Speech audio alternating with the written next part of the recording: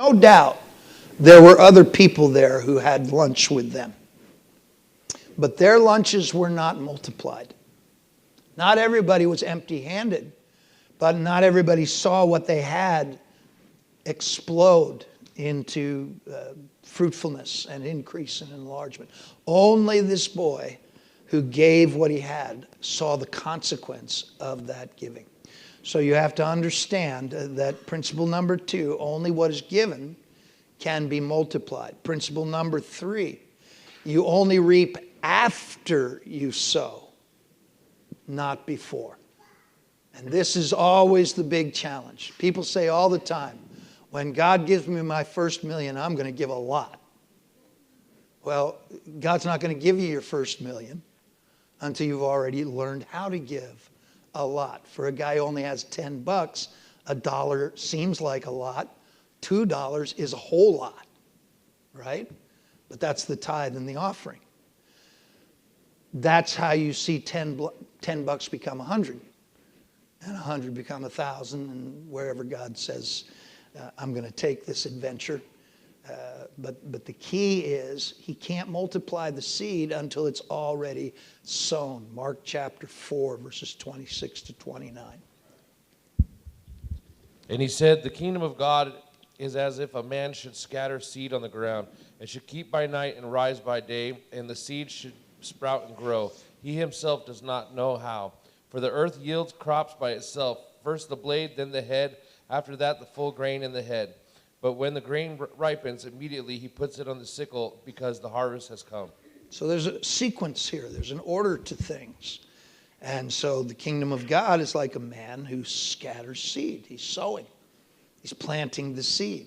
He's not going to get a harvest before he plants. Night and day, whether he sleeps or whether he gets up, the seed sprouts and it grows and it produces its yield. Finally, it reaches the point of maturity, the sickle is applied, and the harvest is reaped. But that sequence is essential to sowing and reaping. There is a period of time. God determines the period of time. There are times when he multiplies very quickly. There are times when it seems like it's taking forever. There are times when it feels like, well, I've done all this sowing and I haven't seen anything. But Paul talks about the patient farmer. And that's an important element in all of reaping and sowing, is that God will provide and multiply as he deems right. But I can tell you, in the 50 years that I've been tithing and living for God, my experience is he's always met my need. He's never left me twisting in the wind. He has always been there and supplied, because I've got 50 years of sowing. And so the reaping is always at hand. The harvest is always available. But you have to understand that you've got to sow first. Okay, God, I'm going to be liberal when you give me a lot. No, God says be liberal, and then I'll give you a lot. Right? When I get it, I'm going to give it. Well, when are you going to get it? Well, when Publishing Clearinghouse shows up on my door. Yeah, well, if you wait for that, you'll never give anything. And so the idea is to give and then see what God can do with the seed that you've sown. 2 Corinthians 8:12. Whatever you give is acceptable if you give it eagerly and give according to what you have, not what you don't have.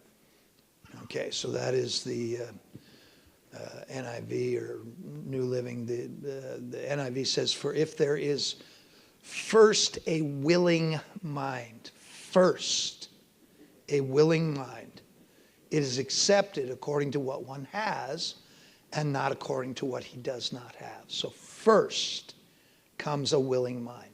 First you release. God accepts, and then he increases.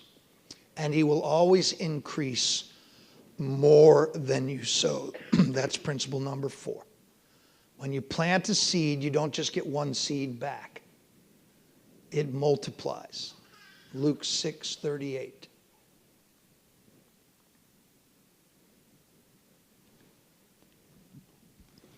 Give, and it will be given to you, a good measure, pressed down, shaken together, and running over, will be poured into your lap. For with the measure you use, it will be measured to you. Okay, we already looked at that text, but the idea is enlargement, reaping more than we sow. 1 Kings 17:15 and 16. So she went away and did according to the word of Elijah. And she and he and her household ate for many days. The bin of flour was not used up, nor did the jar of oil run dry, according to the word of the Lord which he spoke by Elijah. Okay, so here is this widow woman of Zarephath. They're in famine times. She says, all I got left is enough for one little cake. I'm going to bake that. My son and I are going to eat that, and then we're going to die of starvation because there's nothing left. And Elijah says, no, God already told you to give it to me when I come. So let's believe God. Let's do what God has told me to do. So she gives, and we understand that what came out of that was not only this statement. They ate, her and her family and Elijah. They had food every day. And then verse 16 says, for the jar of flour was not used up, and the jug of oil did not run dry.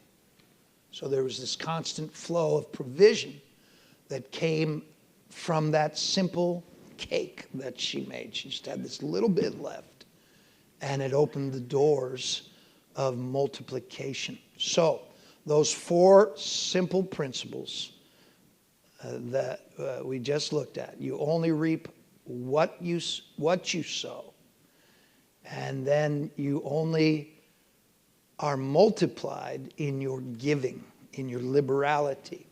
That's second principle. Third principle, you only reap after you sow. And then the fourth principle is you will reap more than you sow. The fifth principle is very challenging. It has to do with faith. But you have to understand that you determine the limits of what you reap. That you are the one that chooses how much you hope to see God restore and bless you with. Right? We have to factor our thinking into this discussion. Because many times we're sowing little and we're expecting much. And God says, no, that you're going to reap what you sow. You see the way all of these principles work together. So we give our tithe and we say, well, I should see great increase from that. And you will. Listen to me very carefully here. God is the one who said, bring the tithe and the offering into the storehouse, and I will open the windows of heaven and pour you out a blessing. There are other scriptures where he says specifically, if you'll bring the first fruit, I will fill your vines, I will fill your vats, and I will fill your barns. So there is a blessing that's tied specifically to the tithe, but the enlargement of that, the great increase of that, is determined by our willful giving, our extra giving. Giving that we have determined in our heart we're going to do this for God. That opens the doors. The boy with the lunch gave it all. He said, here you go, take it all. Right? He could have said, well, let's see, I've got 7 loaves and 2 fish, or was it 12 loaves? I think he had 7 loaves and 2 fish. And he could have said, let's see, a tithe of 7 is, what would be? I don't know. 7. Somebody do the math. 0 point something. I'm going to give you a fraction of 1 loaf, because that's the tithe, and I'm going to cut off the fish head and give that to you. And there you go. I've tithed, and that's all that I need to do. That's not what the little boy did. He just came with everything that he had and said, God, if you need it, you got it. It's all yours. And he just gave it all. And that triggered an explosive multiplication, way beyond anything anybody expected. Same with the widow of Zarephath. She gave everything she had left, and it triggered an explosion. Jesus comments on those who give in the temple, and there were those who were bringing in lots and lots of big offerings. But then there was a little widow woman who only had 2 cents, and she brought those in and put them in the offering. And Jesus said that woman just gave more than all these others, because all these others were just giving from their wealth. They could afford it. They had plenty left over. This woman just gave everything she had. And he says that is kingdom giving. That is noteworthy. So when we're talking about liberality, we have to understand that we're the ones that are basically triggering the response of God. We make choices in our giving, and God responds to those choices, just like everything else in life. Choosing always has consequence. That's the way God has set things up in a moral universe. So in our giving, our choosing determines what sort of response God will give. 1 Kings 17:15, we already read that.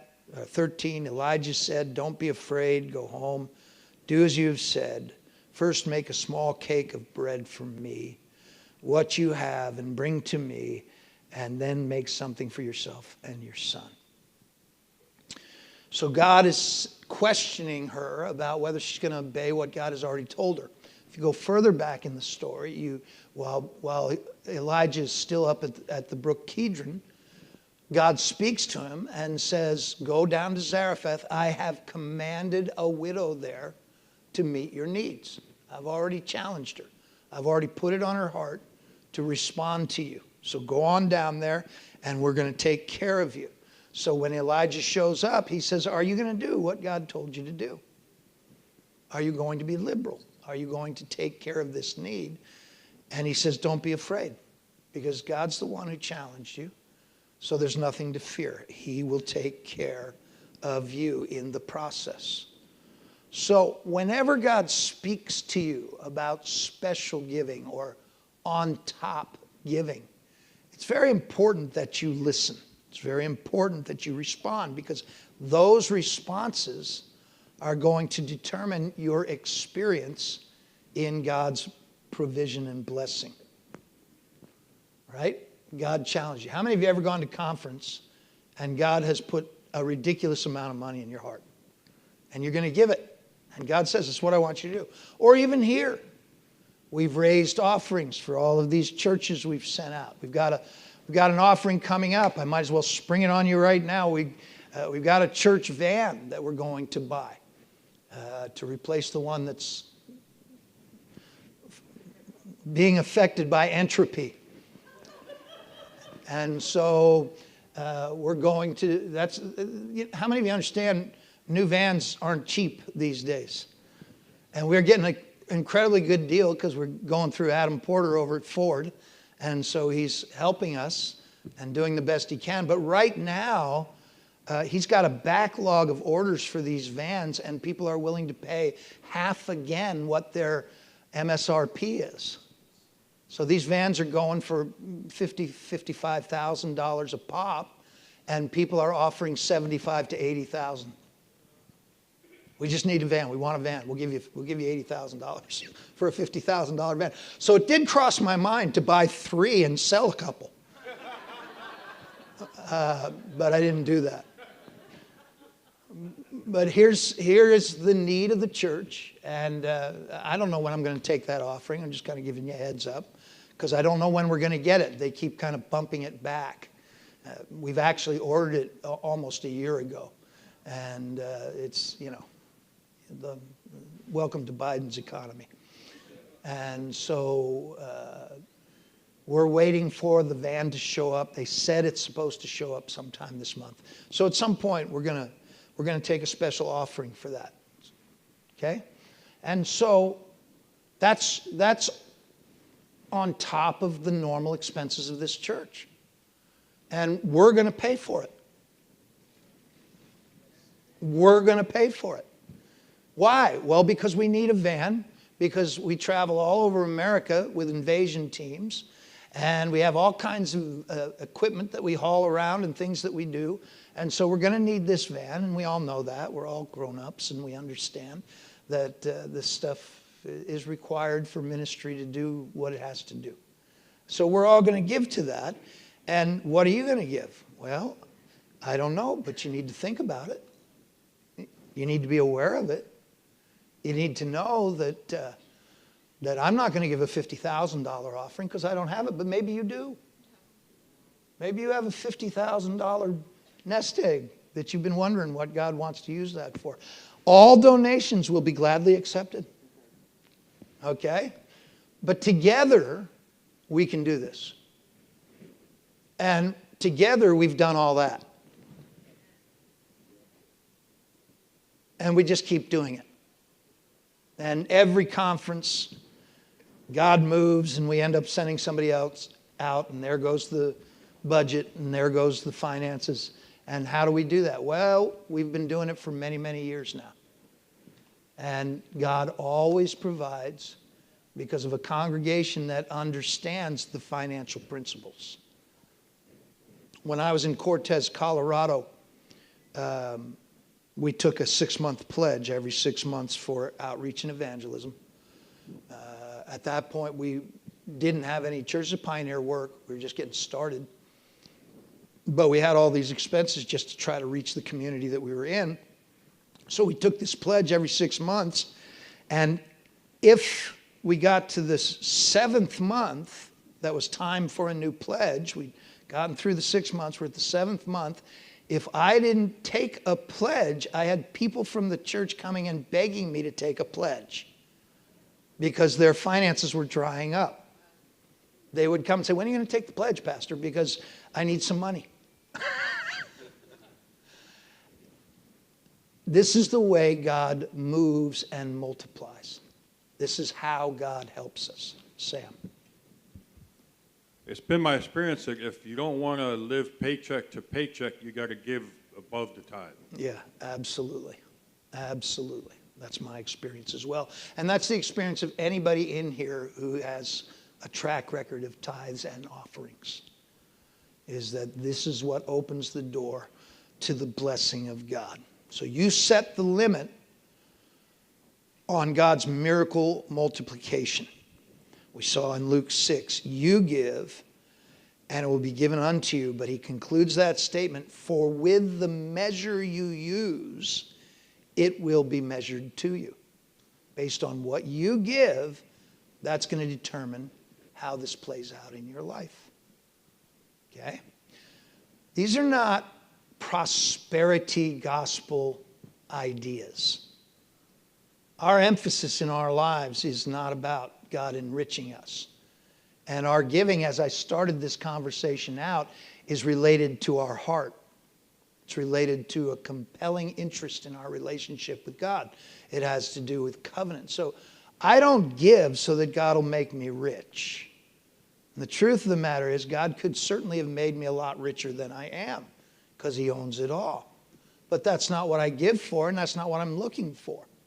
I give because of this relationship that I have with God, yet God has given us these principles so that we understand how money works, so that we understand the purposes of God and the principles of God as they relate back to giving. 2 Corinthians 9:6. Somebody get that for me. 2 Corinthians 9:6. Jaden. And 2 Kings 4:3-7. Josiah, Jared, give me 2 Corinthians 9:6. That's Jaden. Oh, the reason why I changed is because I said Jaden and you kept your hand up, and so I thought I must have gotten that wrong. And so I went to Jared, and that didn't work. We're back to Jaden. Is there a name you'd prefer? We could go with Adam if you like. So you're getting me 2 Corinthians 9:6.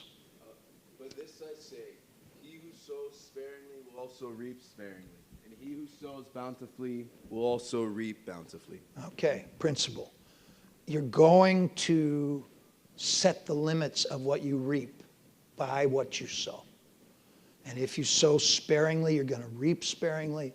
And if you sow generously, you're going to reap generously. And 2 Kings 4, 3-7. 3 through 7? Yeah. Then he said, Go borrow vessels from everywhere, from all your neighbors, empty vessels. Do not gather just a few. And when you have come in, you shall shut the door behind you and your sons. Then pour it into all those vessels and set aside the full ones. So she went from him and shut the door behind her and her sons, who brought the vessels to her. She poured it out.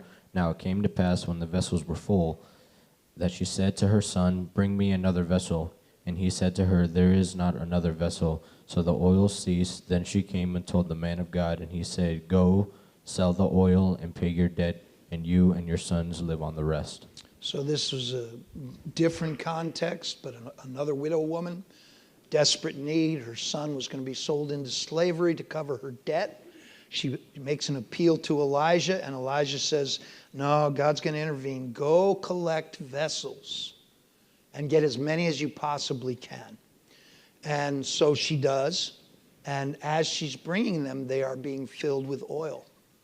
And as long as she kept a supply of vessels coming, the oil continued. But as soon as she stopped bringing the vessels, the oil stopped.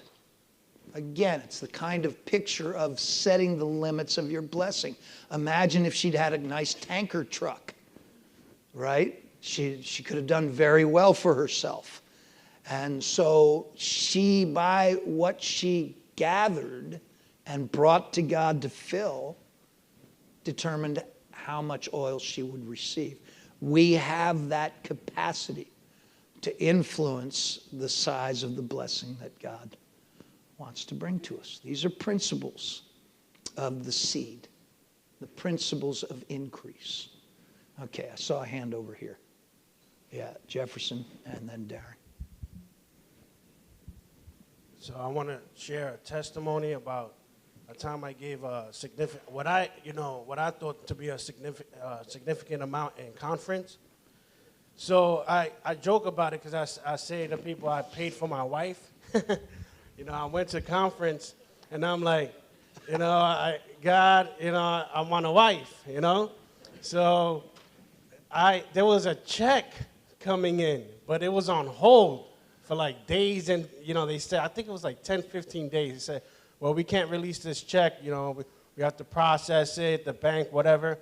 And so I go to conference, and Mr. Herman, I'm with Mr. Herman, and he shares with me a testimony on how he gave at a conference, and he met his wife, and he made that covenant with God. He said, he made a deal. He said, God, if I give this amount, then you can give me a wife, right? And so I believed that. It gave me faith. I'm like, all right, I'm going to try that. And so this check came, the check was there, but it wasn't being released. So I started praying. I'm like, and I'm at conference, and you need lunch money and all this stuff you want to give to world evangelism.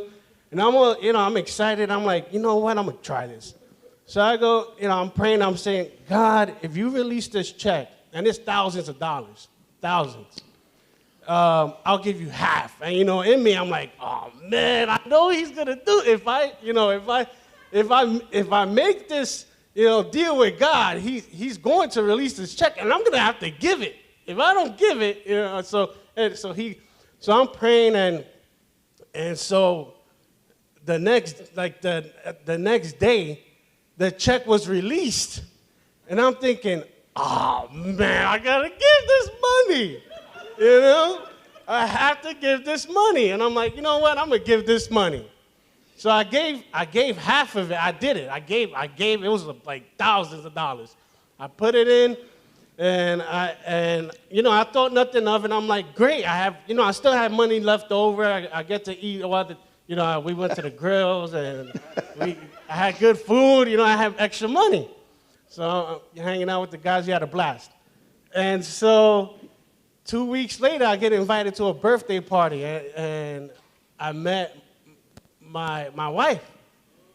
Uh-huh. I met my wife 2 weeks after I gave that amount. And I don't know, but that might be for a young man in here. Not sure. Not sure if it's too late, because Christ is coming back very soon. But it works. I've done it, He swears by it. Another satisfied customer.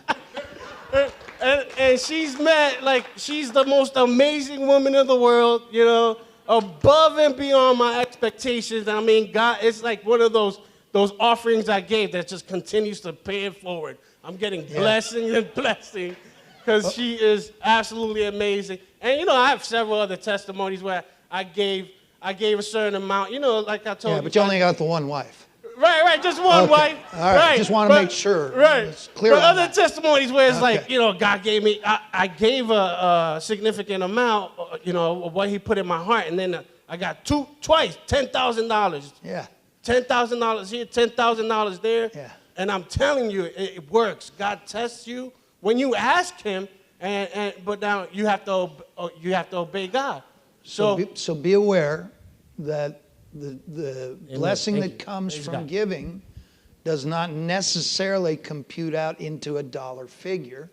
Sometimes it computes out into a wife, or it computes out into something else. And again, I do want to bring you back to that principle of sowing and reaping, that there is a time element involved. It's not put this in and get this out. And so he mentions a couple times where he put in significant amount and God gave him $10,000. That's great. I have put in significant amounts in and got zilch. All right? Except a life that's blessed in incredible ways and all my needs being met over and above. Over and above. Right? So it's not like, here's the money, okay, here's the money. It's not like that. It is sowing and reaping. It's planting and harvesting. Certain seasons you'll see bumper crops. Certain seasons you'll have just enough to get by. Whatever it may be, God knows what we need. But the key is to be liberal, no matter what the season is, to sow and sow and sow, because that's going to determine what you reap. Darren. Yeah, so to kind of go off of some of the things you were saying too, I mean, there's just so many different ways that God could find to help you reap what you sowed, Like, I remember I was talking to a lady just the other day, just at, I think the bus station it was, and she was saying, I just do God's work and I just get a bunch of free stuff. I was like, okay, how does that actually work? Because, there's this one scripture that, where Jesus talks about not to worry about the clothes you wear or things like that, because he'll take care of you. And I'm like, okay, how does that really actually work though, So I never gave thousands of dollars yet, for tithes and offerings, but I have given what I've had, and I've done, what I could with what I had. And I'm in a situation now where sometimes he'll put you in a position to where it's way easier for you to build up, what you have so that you can make bigger moves that's going to put you in a better position. Other times he might, maybe put you in a position where, okay, now for me right now, I'm living with, some people in church, and, it's funny because I was thinking, okay, well, if I want to get more clothes, I'm going to have to actually spend more money. But now I'm in a position where not only am I stacking up way more and it's putting me in a better position, but now they're gracious enough to help me out. Yeah. And just literally giving me the shirt off their back, Yeah. So, and that's what Jesus says in Luke. So will men give into your bosom, right? So men will pour it into your lap. So that's very interesting. Yeah. It's very interesting to watch how God's economy works. But I've been watching it for a long time, and I'm always impressed with how the principles play out. Yeah, Martha, you had something you wanted to say? Yeah. I'm glad you brought this up because I was thinking about it last week. It triggered something about God's blessing not necessarily being monetarily Right. or right now. Right. So it could be something, like you said, God knows our needs, something that is going to happen later on. It could even be years down the road. Yes. It's almost like building up that account. But so also, does that also include answer prayer, healing, or just wisdom, just different things besides that, ministry, different things that might be in your heart? Is that included in the blessing? Absolutely, absolutely. Blessing is not limited to a financial realm ever. There are things that money can't buy, right? Like wisdom. And yet, money released opens doors. And the next thing you are experiencing is this outpouring of God's Spirit in your life. And we don't always connect the dots the way we should. But I can tell you as a principle, what you need to bear in mind is Paul asked the Corinthians, what do you have that you didn't receive? And you can apply that in that particular context. He was talking about ministry. Saying, what ministry do you have that you didn't receive? What didn't God give to you? And if you will bear in mind that everything you have is a gift of God. Everything. Jefferson's wife is a gift of God to him. His mama put a bone around his neck to get the dogs to play with him. He had to buy a wife. He had to buy a wife. It's not true. I'm just poking fun at him. But the truth of the matter is that everything we get from God, everything in our life comes from God. So why wouldn't it be that if I am liberal towards God in the realm of finances, why is it that wouldn't open other blessings to me? Everything comes from God.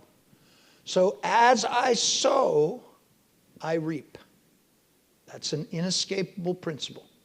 And there are areas in my life that I'm far more grateful for than money. And I'm very grateful for the money God has provided for me and my family. But there are things in my life that are far greater than that. And it all comes back to this relationship that I have with God. And my response to God out of that relationship will always be liberality. You cannot outgive God. That's all there is to it. Okay, very good. We're out of time. We'll pick it up next week.